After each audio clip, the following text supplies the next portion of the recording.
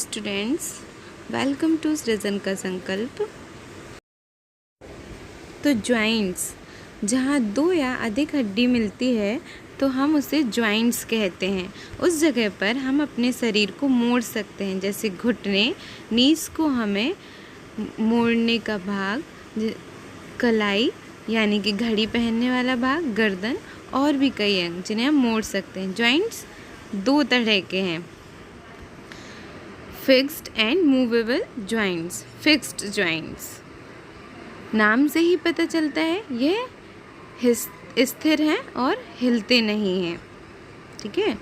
और movable joints ये हिलते हैं और ये कुछ दिशाओं में हिलते हैं। अब हम कई तरह के मूवेबल जॉइंट्स देखेंगे। बॉल और सॉकेट जॉइंट को देखिए, यह अत्यधिक यानी मैक्सिमम हिलता है। एक हड्डी का गोल भाग दूसरे हड्डी के खाली भाग में बैठता है, इसीलिए इसे बॉल एंड सॉकेट जॉइंट कहते हैं। जैसे hip joint, shoulder joint. Cricket में गेंदबाजी करने वाला गेंदबाज अपने शोल्डर के भाग को पूरे गोल चक्कर में हिलाता है। हिप जॉइंट ये दरवाजे यानी डोर के खींचने जैसा काम करता है। यह एक ही दिशा में चलता है, जैसे नी, एल्बोज और आपकी फिंगर्स, टोज आदि। अब पिवट जॉइंट देखते हैं। एक बोन का बाहर निकला भाग दूसरे बोन के अंगूठी जैसे लिगामेंट में बैठता है। यह सब दिशाओं में हिल सकता है।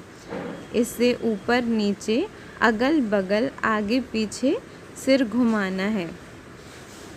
इससे प्रथम वर्टिब्रा के ऊपर स्कल घूमता है।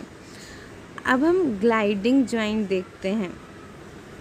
ग्लाइडिंग जॉइंट आसपास की बोन्स एक के ऊपर एक फिसलती हैं और हमें कम हिलने देती हैं।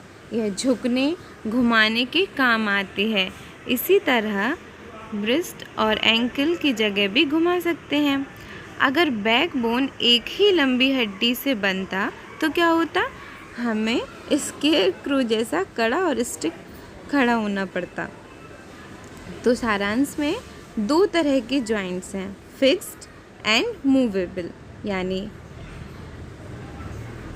फिक्स्ड एंड मूवेबल, ठीक है। तो मूवेबल जॉइंट्स चार तरह के हैं, ball and socket joint, hinge joint, pivot joint, gliding joint. क्या आपने कभी सोचा कि बोन्स कैसे जुड़ते हैं? कोई बोन्स को जोड़कर स्केलेटन बनाता है क्या? एक बोन्स को दूसरे बोन्स से जोड़ने वाले जीव कण यानी टिश्यूज़ को हम लिगामेंट्स कहते हैं।